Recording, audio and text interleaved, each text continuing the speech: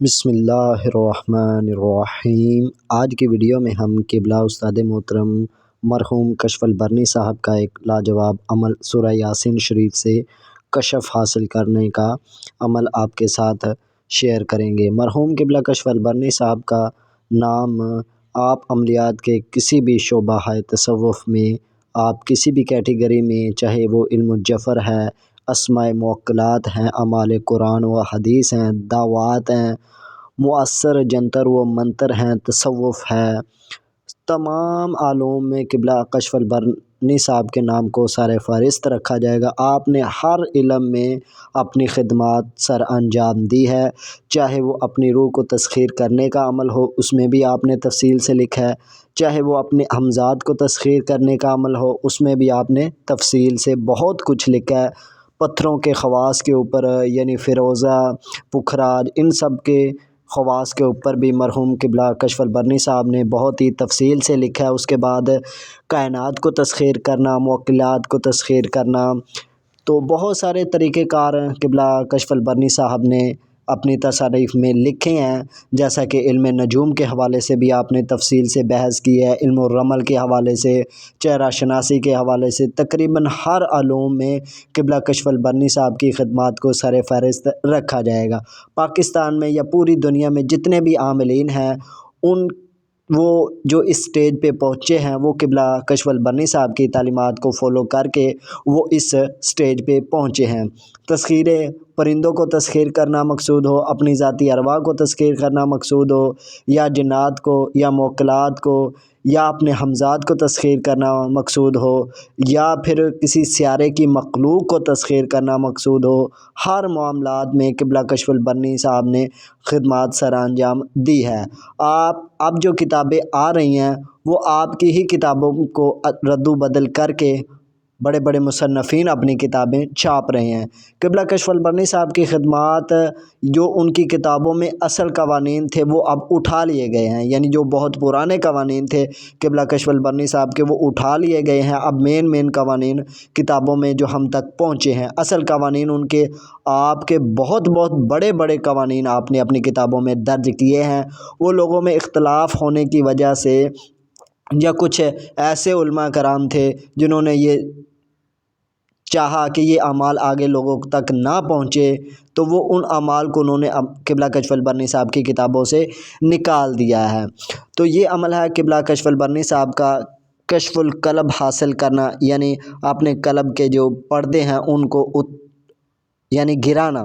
آپ لکھتے ہیں اپنی کتاب عمل کامل حصہ اول میں، مسمرزم ہو یا ہپناٹزم کی خلا میں بلا کسی خاص تصور کے مشقیں ہیں۔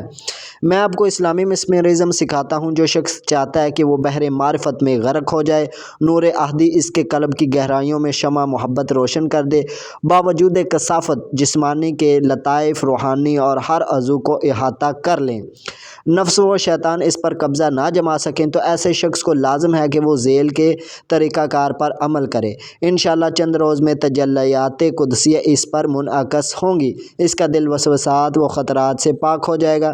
اس کا دل ذکر الہی سے اس طرح تسکین پائے گا جس طرح مچھلی پانی میں سکون پاتی ہے۔ خدا کے ذکر میں لذت پیدا ہوگی۔ زمانہ کے غوث کتب ابدال سے ملاقات بغیر کسی حجاب کے ہوں گی، یعنی اس پر وہ ظاہر ہو جائیں گے۔ سبحان اللہ! جو زمانے کے غوث ہیں، کتب ہیں، ابدال ہیں، وہ اس عمل کرنے والے کے اوپر ظاہر کر دیے جائیں گے، بغیر کسی پردے کے، بغیر کسی واسطے کے، بغیر کسی وسیلے کے۔ طریقہ یہ ہے کہ بعد نماز فجر یا بعد از نماز تہجد قرآن شریف کی تلاوت کریں۔ پہلے 1-2 پیج قرآن شریف کے تلاوت کریں، اس کے بعد اول آخر 3 مرتبہ درود پاک پڑھیں۔ درود پاک پڑھنے کے بعد سورہ یاسین شریف شروع کریں۔ اول آخر 3 مرتبہ درود پاک میں سورہ یاسین شریف میں 7 مبینیں ہیں۔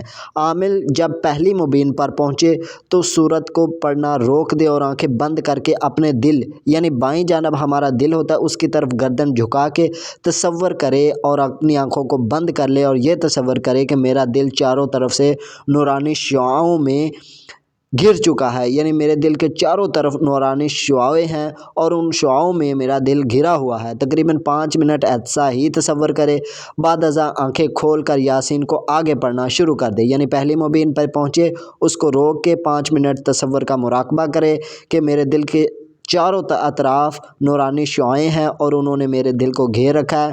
5 منٹ بعد پھر دوبارہ آنکھیں کھول کے سورہ یاسین شریف کو آگے شروع کر لے۔ اس طرح جب دوسری مبین پر پہنچے اسی طرح پھر سورت کو روک لے اور پھر آگے مراقبہ کرے۔ اسی طرح 7 مبین میں مراقبہ کرے گا تو وہ اس کے تقریباً 40 سے 45 منٹ میں سورہ یاسین شریف مکمل ہو جائے گی۔ تقریباً 5 منٹ ایسا ہی تصور کرے، بعد ازاں آنکھیں کھول کر یاسین شریف کو آگے پڑھنا شروع کر دے۔ اسی طرح جب دوسری مبین پر پہنچے تو 5 منٹ تک تصور کرے۔ ابتدا میں تصور کا قیام نہ ہوگا، یعنی ابتدا میں جب آپ تصور کریں گے تو آپ کو دنیاوی خیالات، آپ کا لاشعور آپ کو بہت زیادہ تنگ کرے گا، کیونکہ شروع میں جو بھی کام ہم کرتے ہیں اس میں مشکلات پیش آتی ہیں۔ جو بھی ہم اعمال کریں ان کا جو رزلٹ ہوتا ہے نا، وہ ہماری محنت کے اوپر ہوتا ہے، ہماری لگن کے اوپر ہوتا ہے، مسلسل جد و جہد کرنے سے۔ یعنی اگر کوئی دروازہ ہے وہ ایک دفعہ ہم کھٹکھٹائیں گے نہیں کھلے گا، دوسری دفعہ کھٹکھٹائیں گے نہیں کھلے گا، تقریباً روز ہم کھٹکھٹاتے رہیں گے، آخرکار اس دروازے نے کھلنا ہی کھلنا ہے۔